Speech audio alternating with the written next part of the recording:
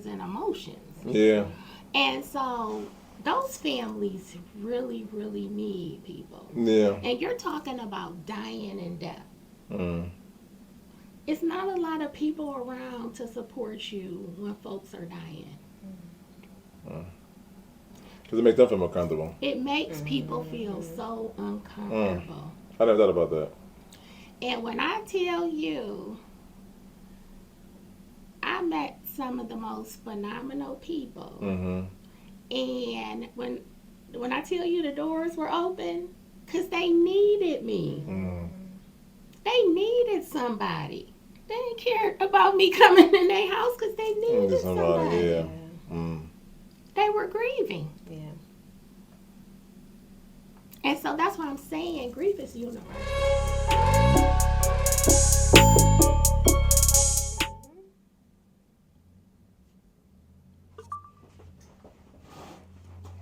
All right, 3, 2, 1. What's going on, everybody? Welcome to another edition of Healing Season. And we have a very special guest today. Actually, I like to say the person who helped create this, by the way. The person who has helped me in my own very own healing journey, Miss Shavaun Jones.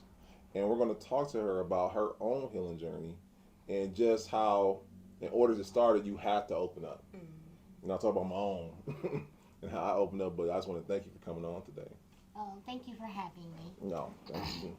And so I'll start off by saying, as you guys have probably heard time and time again on my interviews, I talk about how when I decided to go start therapy, I wanted to do therapy with a person who looked like me versus a person who didn't look like me, because it's a whole different instance, right? I knew I needed therapy. I knew that, right? And I just want to talk about one of the things that when you may realize is that you told me, you was like, how for me, I have to stop. So, okay, let me rewind back. I know, so let me say, as a black man, being raised by a black woman, and I was the oldest, my mom always tell me, Brandon, you can't stay in sun too long, you gotta keep moving, right? And the one thing he taught me is that I have to process things, process my grief. Mm-hmm. And I will keep moving versus just doing that. And I think that to me was the thing that really helped me tremendously. So I wanted to talk to you about how, one, your own healing journey, right? How, what was the pivotal point for you in your life that was like, okay, I got to heal from that. And what did you need to heal? Not heal from, but that journey, what did it look like for you? I know I went on a tangent, I'm sorry. I get emotional thinking about these things sometimes. There's just a lot to take in sometimes. So. So, I think like we were speaking before in the previous segment, and the first time I was actually able to sit and speak with a counselor, a therapist, is when I left my home and I went off to college, because I don't even know if I was actually aware, if that was something I needed, or if anybody had even spoke to me about me needing to talk to somebody, considering all the things that I had been through myself in my childhood. All I knew is that there were things within myself that just didn't seem right. And again, I'm somebody who went off to college because I wanted to get away from home. I'm probably telling my age, but I saw School Days in a Different World, and I was just like, ooh, I gotta go to college, That's the place for me to be. Yeah. And so I'm like, I'm going to college. School Days, that's what's up. No, I love School Days, by the way, one of my favorite movies. I mean, and that was actually the time, that's what was going on in my era. And that's how I got inspired. I'm like, 11th grade and senior year, like I was visiting colleges like wildfire. Mhm. I Yeah. didn't have the grades to go, but I was going. You knew you was gonna go. Yeah. And and like, so if you haven't watched her interview, guys, I love how it took someone, not took someone, but you were going through a lot, and the deans decided to sit you down and send you to a counselor or whatnot. Mm-hmm. And I think that was very important to not talk about, because sometimes, and I know for me, it was my ex girlfriend who told me I need to go to therapy. She was like, "You need to go to therapy," and it wasn't like nothing malicious or how someone would say out of spite. She legitimately was saying, "Brandon, I think you need to go to therapy." Mm-hmm. And I think sometimes we have to be open enough and be transparent enough to be like, "You're right," because like I know some people will get offended by that. Like, I ain't nothing wrong with me. It's not wrong with you. Ain't nothing wrong with me. Yeah, You know? that used to be me. Yeah. So my question to you is, what do you think it takes for a person to be open to not receive, whatever, go through the process of going through therapy? What does the person have to do on their end to be open to go to be open to therapy per se? Um, so when I was learning to become a therapist, we learned what would be brought to us is that you are probably going to get either people who are going to be mandated to come and see you as a therapist, so you'll get those type of clients. Um, and usually you'll get those from like community agencies, and then the type of work that I do now in the private industry, those are people who come to a pivotal part in their lives where they realize that there are things that are clearly wrong within themselves, or something is not right. Wow. And the natural supports that I have around me, because generally we do have natural supports that we rely on to kind of throw things around. Like, we have our friends, we have our families, we have our churches, we have our organizations that we can go to, and they can guide us and help us, right? But then sometimes we come to points in our lives where we need to go and seek help from an objective point of view. I like you said, objective point of view, Yeah. not a biased one. Not a biased one, because when we go to folks like our friends and our families, the difference is our friends and our families care about us. Yeah, yeah. And so they can't always guide us and lead us in the directions that we necessarily need to go. So that call you gotta make to mom, and maybe not the call you need to make sometimes. You want Exactly. you want support, yeah, call mom, but you want somebody to be objective. You need somebody who can offer you some support in an objective way, that they're not gonna be like, I love you so much. Yeah. Whatever you need or you want, I'm going. Yeah, yeah. And I feel like that's how so they not passively, well, kind of. They'll passively not hold you accountable to this. Not saying hold you accountable, but they won't. That's a good word, accountability. And sometimes people really need to be accountable for their actions. Yeah, yeah. No, that's real. And like, don't call Miss Cleo. You know what I'm saying? Don't call. Please. Well, I don't know if you guys watch whatever that special on, but Miss Cleo's struggling herself. Oh, is y'all damn. Yeah. Hey, back in the day, Well, she got exploited and caught up. Oh yeah, see. Shoot. But I know people try to find different avenues that aren't therapists to try to cope in. Cope is probably the right word. They try to find ways to subgate that therapy piece. They're like, all right, maybe I don't put therapy per se, but maybe I can.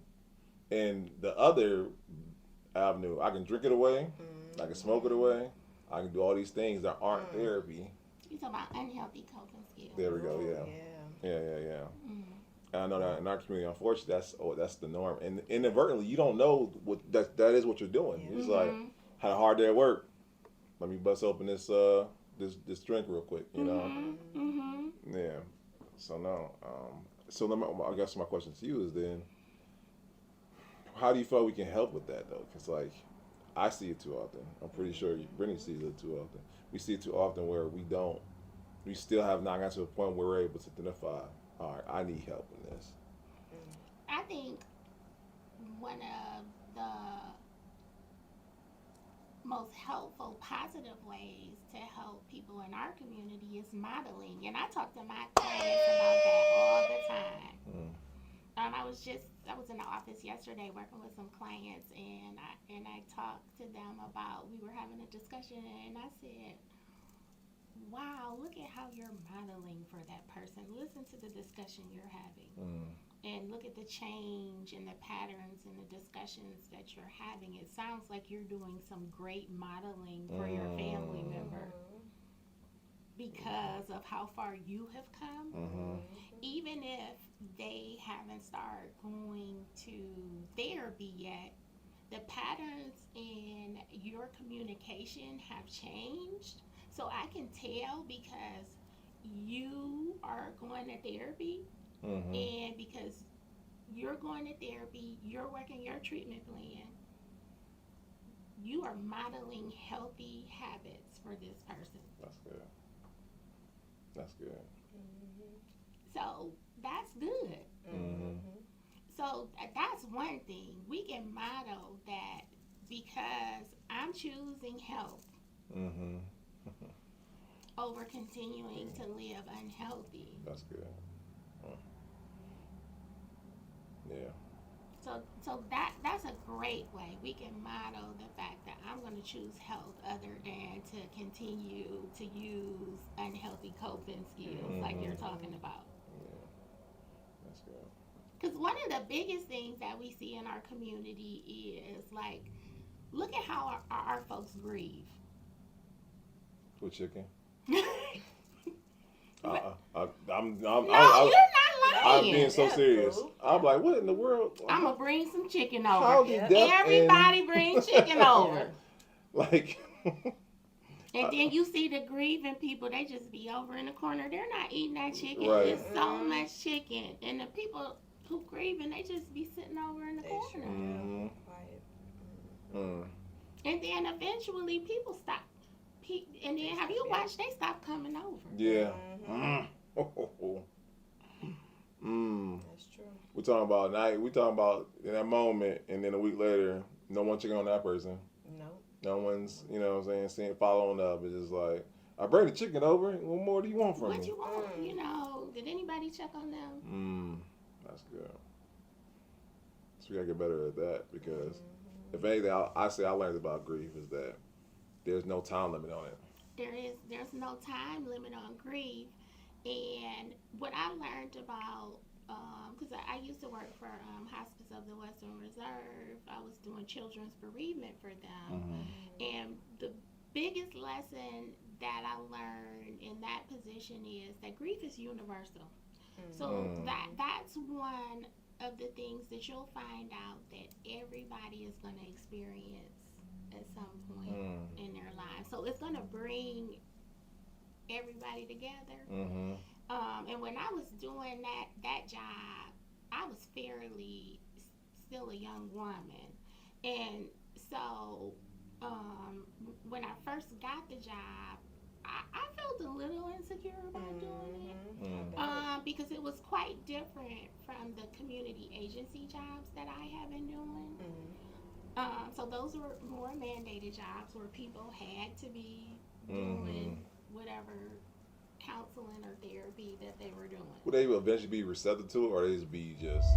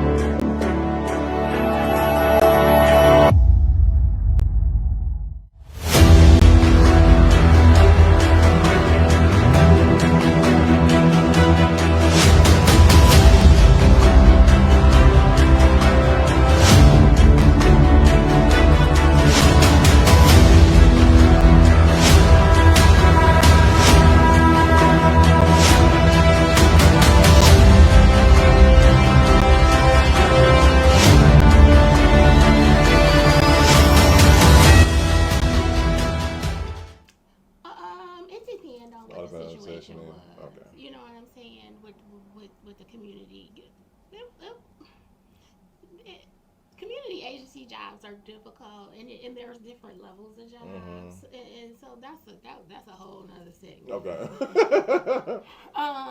But when I was doing bereavement, um, the reason why I was so insecure because here I am, this young black girl, right, and I'm working in Northeast Ohio. So that means I'm not just gonna be working in the inner city. That means whoever was in need of bereavement, that's where I was gonna get sent out to. So that meant, okay, if this family in Westlake needed you, that's where you were going. Or if this family in Menor needed you, that's where you were going. And so I was a little insecure because I'm like, they want me? And what I found out is, it's like, yeah, they want you. Because exactly what I said earlier about like a week later, ain't nobody checking for you. Yeah. And the thing about grief is, people shy away from grief because it makes folks feel so uncomfortable. Because there's so many feelings and emotions. Yeah. And so those families really, really need people. Yeah. And you're talking about dying and death. It's not a lot of people around to support you when folks are dying. Because it makes them feel more comfortable. It makes people feel so uncomfortable. I never thought about that. And when I tell you, I met some of the most phenomenal people. And when I tell you the doors were open, because they needed me. They needed somebody. They didn't care about me coming in their house because they needed somebody. Yeah. They were grieving. Yeah. And so that's why I'm saying grief is universal. Wow. Listen, and you think, I know that there's so many things that ties together, and I can see that because death comes for us all, right? Right. Right, and how you handle grief might be different from me, but we all grieve our own way. We're all human in that aspect, so I can see that. Yeah, no. And people were so grateful. Like they would just be like, they would be so grateful. Yeah. They would just say, they would be like, thank you. That's good. So let me ask you. No. Go ahead. I got to think about how I word these questions because, like, how do you tell somebody in a very polite, without being malicious, not sounding like arrogant, like, hey, you need to see somebody about that? How do you think is a polite way to say that? Like, I just ask people. I don't tell them. I ask them, have you talked to somebody? I just look at them. Because again, so you're talking to me, and then you had asked me before. You said, did you always know that this is something that you want to do? No, but I've always been engaging. Yeah. And so, like when I would go on job interviews, or I get my evaluations, and people ask me like, what would you say is one of your biggest qualities? And what I found out about myself is what I kept hearing is that you're very engaging. And so what I do know about myself is that I know how to pull people in. And so I don't have a problem when people are talking to me, because people will come and tell me stuff, and I'm just looking at them like, why are you telling me that? And so, I mean, I could be sitting anywhere. So say I'm just out and I'm like, okay, I need some air. I need to get out. So I'm like, I'm going to go out and have a glass of wine, right? I'm just going out to have a glass of wine. I'm not at work. Yeah. So then I'm sitting, and then somebody just starts telling me the craziest stuff. All this room around the 7 days happen to be right next to you. Right. So again, and I'll say, like, I mean, have you talked to somebody about that? Right. They don't know I'm a therapist. Yeah. And then I'll nothing wrong with going to talk to Mm. somebody. Yeah. Like, you need to see about yourself. Yeah. Mm. And I tell them, no, you don't need to. No, you don't need to talk to your mom.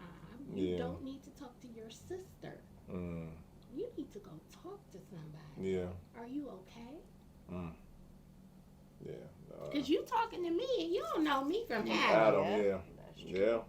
But I will say that I think it's more. I feel like for me, I know I can't talk. No, I hope my family's not watching, but it makes it very comfortable to my family about what's going on. I feel more comfortable talking to a stranger, someone who doesn't know me, like you said, from Adam, and that's where a therapist comes in. And that's right. what's good That's about. what makes- So that's what's good about talking to a therapist. I'm gonna tell you. So one of the things that I do in private practice is I do EAP counseling, right? So EAP counseling is a I was about to say. little different. It's employee assistance. Oh, okay, gotcha. And it's a benefit that folks' job offers for Okay. them, right? Mhm. And so with employee assistance, like your job will offer you like, oh, you can get 3 free sessions with a counselor if you're having like, they'll label it like work stress, right? Mhm. So, but you can use it for anything. Okay. So now you'll have some people who are having like some very serious issues, but instead of saying what's really going on, they'll be like, I'm having stress on the job. So I'm like, okay. They'll come into my office, and I'm thinking, okay, well, I used to, not anymore, because I've gotten used to it. They're coming in for work stress. Mhm. They come in the door, and, I don't know, it's people who know me. Well, you've seen my office in Beechwood, so the Beechwood office is very it seems like this is so nice. I love this environment, but the Beechwood office is very calm, Very serene. Oh, okay.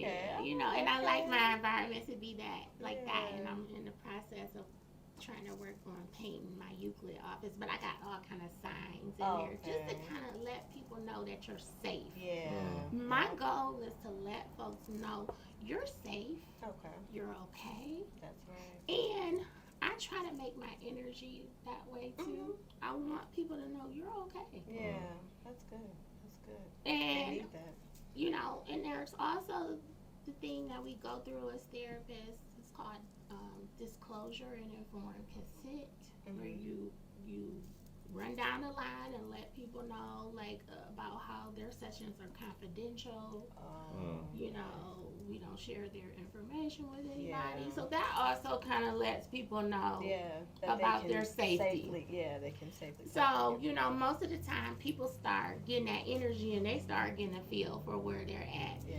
I have had some folks, and I'm telling you, and most of the time I'm getting this from, and I don't mean to label people, but it's just kind of funny for me because people think that men don't come to therapy, but they do. That's a fact. Yeah, that is a known kind of like stereotype of that. Men come to therapy. I have had men coming to therapy, and I'm telling you, 10 minutes into the session, start throwing all these issues on the table, and they're just bawling in tears. Oh, wow.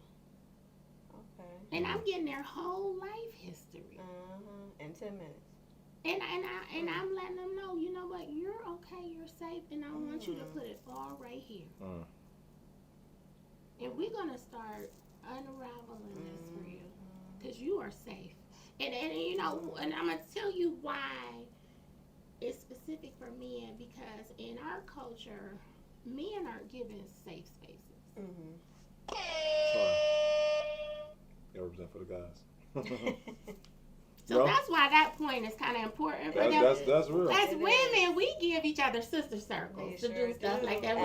We'll be like, oh, we And having boo-boo girls' Friday. night, and doing all of this. We'll do that for each other. Yep. Or have our wine, and we can console the one that is going through something, and we can cry it out. So it is different for females, where we're a little more open in our environment. But yeah, men are, they sometimes can be closed and standoffish. So they do need that reassurance that they can be safe. So that's cool. So I try to provide that for, and it happens.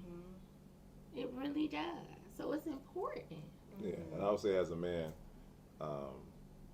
having male friends, I'm grateful to have actual friends. Like I actually can, you know what I'm saying? Talk to them about something. They're not gonna hold me accountable, but I know it's only certain. It's only like two of them. All the rest of them, it is not the case. You know, and then even being in relationships with people. You know, unfortunately for a lot of men, and I know from talking to a lot of different men, they feel like they can be open with their woman, with their women or whatnot. And I think that, like you said, I think that's unfortunate to not feel like you can have anywhere to express yourself or be able to, you know, not release per se, but be able to talk about what's going on in their lives or whatnot. And that's why I love therapy because it gives you that safe space. And I love how you said safe space because that's what you think of a man. You don't a man don't even need to be letting know it's a safe space, but you do. Because every other place is a war zone, you know. Exactly, and that's what I've heard. You can't show weaknesses, man. Right. They're not, and I've heard that too. There's these things you hear. Not being able to be vulnerable, not being able to show weakness. Yeah. Not being nurtured. Yeah. Definitely. Like I said, I just know when we were talking to one, it's made me realize like how from a little boy up to adulthood, I've always ran with this thought: there's no time to cry, there's no time to grieve. I have to keep going because life don't stop. So why am I stopping to process a divorce, process this grief right here? I'll handle it later. Later comes faster than you think. And just what you said right there, that is so much. That's heavy. Yeah. I remember you talking to me, and it's so funny because I laugh, but it's not funny because like what you don't think is you let you brush off like, it wasn't nothing. Oh, I got stabbed. Who cares about that, right? And I'm like, and it wasn't until you like, Brandon, you look at me, my Brandon, that is a lot to process. I'm like, yeah, you right. Yeah, I remember when he said that, I was like, that's trauma. Yeah. And you don't, and I love how you said, because like I didn't know how that was trauma. I'm like, I showed up like it was a Band-Aid. So let me ask, how does that sound to you? Him saying, "I got stabbed." When he said that, because he came in brushed my over office it as if it was a so common laissez thing. faire. Yeah. And then he lays it on the table. I got stabbed. It was like an everyday thing. Yeah. That's how he did with me at first, and I was like, "Did he just say? Well, I think he saw it." Because it was in one of the episodes. You kind of just brushed over it, and I was like, "Did I hear it?" But you may realize like that's trauma. Yeah. That's trauma. Because you'd rather just shut it out and just be like, "Yeah, it happened," and moving on. And so I think you asked me about me going to therapy and, you know, some of my trauma. So when I was 16, I got shot. So when I got shot, my family, they didn't know how to address that. You know, I went to the hospital. I got care for my gunshot wound. And actually, my father was livid. Oh, yeah. He lived out of state. And so his way of addressing it was anger. Like, what's going on in Cleveland? What y'all doing up there? Like, what, you know, he just went off. Like, and so my mom and my grandmother's response, I think they were so shocked, they just shut down emotionally. To the point where they can't help you process because they can't process themselves. Know what to do. So that's how they addressed it. So, you know, can you imagine this young girl who literally runs away from home? Her game plan to run away from home is to go to college. Yeah. Right. Because her family does not know how to address issues. They don't know how to emotionally address and process issues. They don't know how to address divorces. They don't know how to address trauma. They don't know how to address anything. Either they emotionally yell or they shut down. It's either one extreme or the other. And the children are just there. And oh my goodness, and I think that's a portrait that is painted too many times in our families, especially our black families. I remember once again me and you talking. I thought about how growing up, my father, there was no hugs. So growing up, I remember my ex-wife, she would say, "Hey, you need to hug your son more." I'm like, I hug him enough. In my head, me providing food, clothes, shelter was my hug. But he needed physical hugs. But because the trauma I went through, I'm like, because I didn't get it, I'm like, I'm going to deprive him when that shouldn't be the case. And I think too often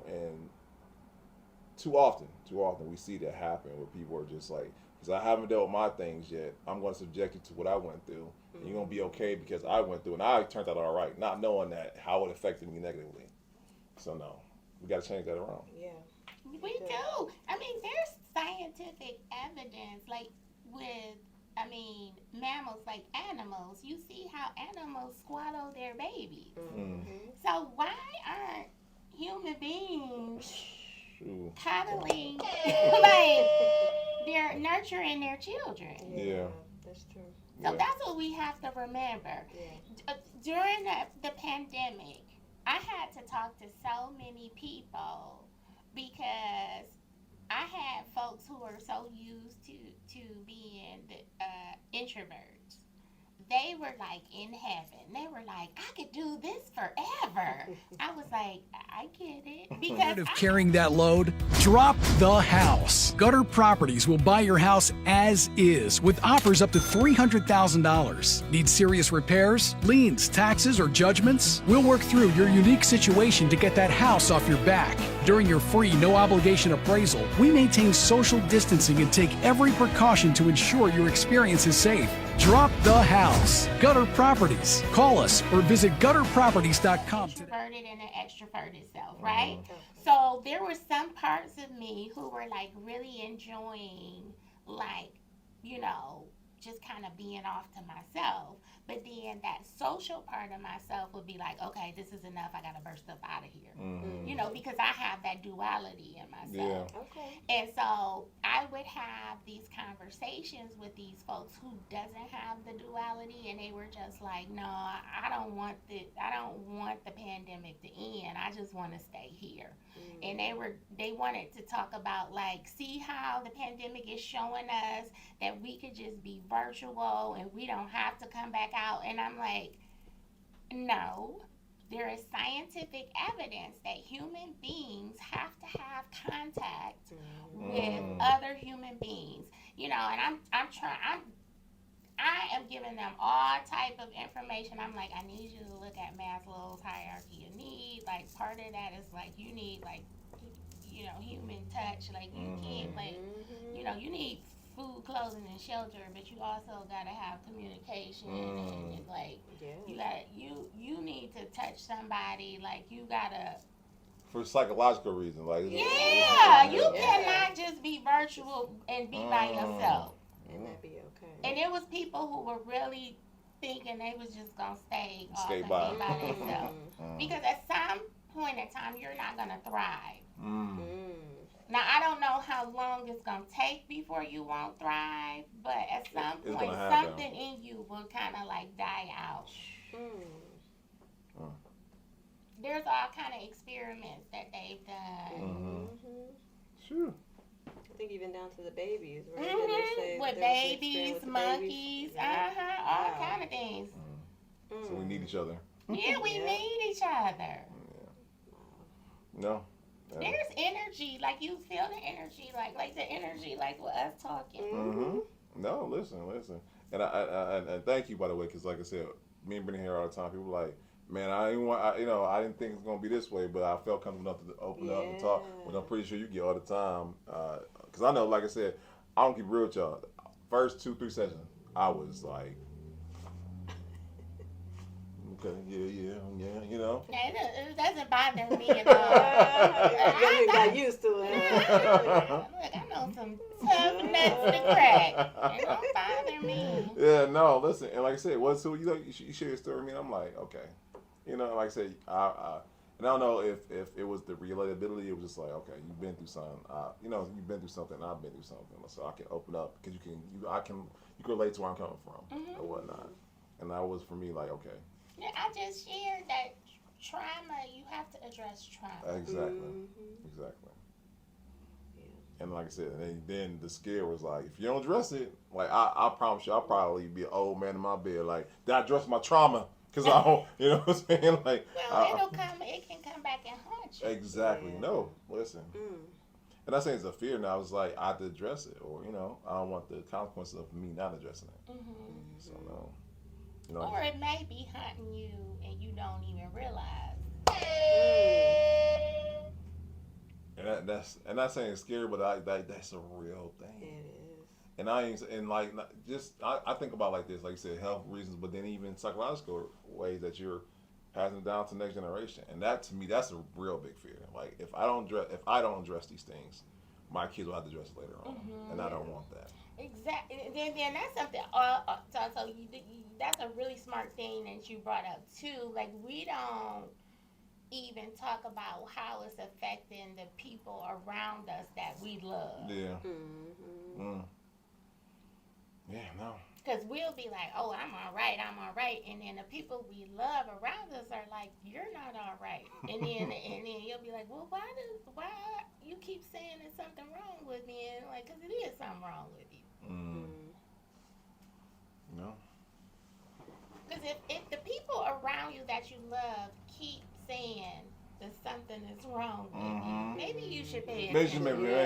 Maybe that's maybe, right? No, that's good. That is good. So, what advice would you give to someone who hasn't entered into the healing journey yet, and they're just like they're on that fence, like I'm okay. Like, what advice would you give to that person? Or so, two questions. What advice would you give that person? But what advice would you give the person who sees that someone needs help? How would you coach them? Not coach them. How would you tell them how to address to that person? Like, hey, bro. But you kind of just said earlier, because you know you say it in a very nice way. But I just think about how I see, and like I said, after going to therapy, like just seeing inside of me, and I can identify, like, bro, you need to process that. And like I think I come off sounding like a butthole sometimes to my friends. They're like, man, God, you just went to therapy a couple times. You can't tell me about it. I'm telling you, bro. Like, listen, you got some things going on. You got to address it, whatnot. So I'm trying to find a better way to be able to convey that to them. I mean, and I think also I would also say, like, to the viewers too, like, do some self inventory. Like, how do you feel, honestly? Yeah. Like, how do you feel? Do you feel good? Do you really feel good? Like, do you feel good? Right. Nothing to. Are you? I'm good. Are you? Like, because there's a lot of people walking around who really don't feel good. Do you feel good emotionally? First off, like, how's your mood? Yeah. Are you generally a happy person? Are you stressed out? You know, what is life like for you? Are you meeting your goals? Like, those are some things to think about. You know, look at the people around you. Like, how are your relationships? Yeah. Those are things to really look at. And then, how do you feel physically? That's another thing to look at. You know, how do you feel physically? Because that's also an indicator of whether you need to see somebody or not. Because if you don't feel good physically, that might be telling you you need to see somebody. And also, how's your spirit? That's real. That's real. Because if your spirit is like worn down, that's also an indicator that you might need to check in with somebody. Because they'll be tired physically, but another be tired spiritually. A whole different type of tired. Because if you just worn down, you might just need to check in with somebody. And just because you going to see a therapist, therapy is not forever. Type so. Yeah. It just depends on what's going on. I have people who come like 1 time, 2 times, 3 times, and then I have some people who therapy is a part of their life. Mm-hmm. No, that's real. That is true. Yeah, cause like life be lifing. Mm-hmm. And you might have gotten over this mountaintop, and there might be a valley, but then there's another mountaintop you gotta get over. Mm-hmm. So no, I get that. Because like those people who do like the 1, 2, or 3, there, because what we don't understand is adjustment. Mm-hmm. So the 1, 2, and 3 folks. So the mind, the body, and the spirit, we don't understand that when we make a change in our lives, we have to adjust to that. Our minds, our bodies, and our spirits also has to adjust to that. You don't just change. Like, your mind has to adjust to that. Your body has to adjust to that change, and so does your spirit. So it's trying to figure out, like, okay, where are we now? What's going on now? And what are we going to do with this now? Yeah. So, and if you don't feel, if it doesn't feel right or natural, it's because it's trying to adjust. And it's okay to process that. Yeah. There's nothing wrong with processing that. Mm-hmm. That's so good. Mm-hmm. So, okay. And like, I want to close on this because once again, we appreciate having you on today because once again, this whole segment was thanks to you because like I said, I'm on my healing journey. I want to encourage those who haven't started theirs or have been offensive about it all. Like, I'm not saying no excuse, but I hope this is encouraging or whatnot because, like I said, I know I was one of those people like therapy. Ain't nothing wrong with me. Mm-hmm. You know, I go see my barber every 2 weeks. I'm good, right? I was that type of guy, right? And like I said, it took someone who at the time was very close to me. She was like, and she said it in a very loving way. Right. And I think a lot of times people take it to offense because they're like, "You're crazy enough. Well, like you telling me to go therapy, you crazy yourself, right?" But you told me very loving way, like you need to go see someone. I'm like, you're right. And that was for me. That was a turning point for me. But some people don't have that person, or having another point in life where they can even be able to be taken for anyone to be able to tell them, right? So I hope these segments, these episodes are encouragement for that person and whatnot. So what advice would you give to someone who is on a healing journey? My advice, if you're on a healing journey, is to be patient with yourself. It just, it just takes time. We are all human. Yeah. No. And I'm telling you from experience, because you get hit with something. I can rattle all the top of my head such that we had where you told me something and like it'll be a week later. I'll be like, dang, because I have to process it and I have to be able to, what they say, meditate on it, because like it's so powerful, and it's just like, oh man. It hit your mind first, but then it hit your spirit later on. I feel like that's how it is for me when I go to therapy, because I have to process that. And like you said, the point of therapy is not to be told, not to be given a solution. It's for you to. It's like a mirror, and I literally be like, dang, just be sitting there, like not saying stuck, but just like processing that thing. Right. In the process, see, when we just doing it ourselves, it's just circling in your brain. You're not processing it. It's just circling in your brain, and it's literally torturing you. It's ruminating. Yeah, and like I said, you need that objective point of view to tell you, hey. Not even tell you, just like, so how did, and I'll be laughing. He's like, so how did that make you feel? I'm like, well. Right. Yeah, because I don't know. Throw it back at it. I don't know. Like, how does that make you feel? How you doing with that? Right. Yeah. So yes, I personally want to encourage you, especially my black man. I'm just taking this from personal account. It is a real blessing to be able to look at things you've been through and be able to process those things, because once again, if you have, especially if you have children, especially of children. Because once again, I was at church and Pastor said something real. He said, "There's a blessing for those who are the generational curse breakers or whatnot." So I'm challenging you, my friends, to be that generational curse breaker and break those curses that your forefathers, because once again, the definition of a man is, I feel like, subjective, right? But the pain you go through, the trauma you go through, those things you have to deal with. Because if not, your kids' kids are gonna have to deal with those things. So that's my challenge to you guys. Yeah. And keep them encouraged, all right? Because you have great therapists like Miss Shavaun here. So, and I know we said it before, but where can they get those services? Where can they reach you at? Where can they find out more about ways to start their healing journey? I am on Psychology Today at Shavaun G. Jones, LPCCS, and I am at Hope Behavioral Health. And listen, for my lazy people, it'll be in the show notes. I thank you, Yes, thank you so for much. coming on and sharing your story. And once again, being just an awesome therapist, by the way. But hey, by nothing else, I want to say yes and give you your flowers now. Because you will help me out Thank tremendously. you guys for having me. I really appreciate this, and I really enjoyed this. Thank you. Thank Thank you. you. I know. I'm like, you know what? I need to get you on the podcast. That's what I love podcasts. Because like you can invite whoever you want on there, or whatnot. Right. You know what I'm Your saying? fault. And I'm like, I'm gonna invite my therapist on there. Like I said, just be able to talk. Like I said, and like I told you plenty of times, like you inspired the whole segment because like I wasn't thinking about no healing season or whatnot. But I'm like, man, I need to be able to get away to, because I'm on this thing. I know other people who can, who need this thing too. So yeah. So thank you for that. Thank you guys. Thank you.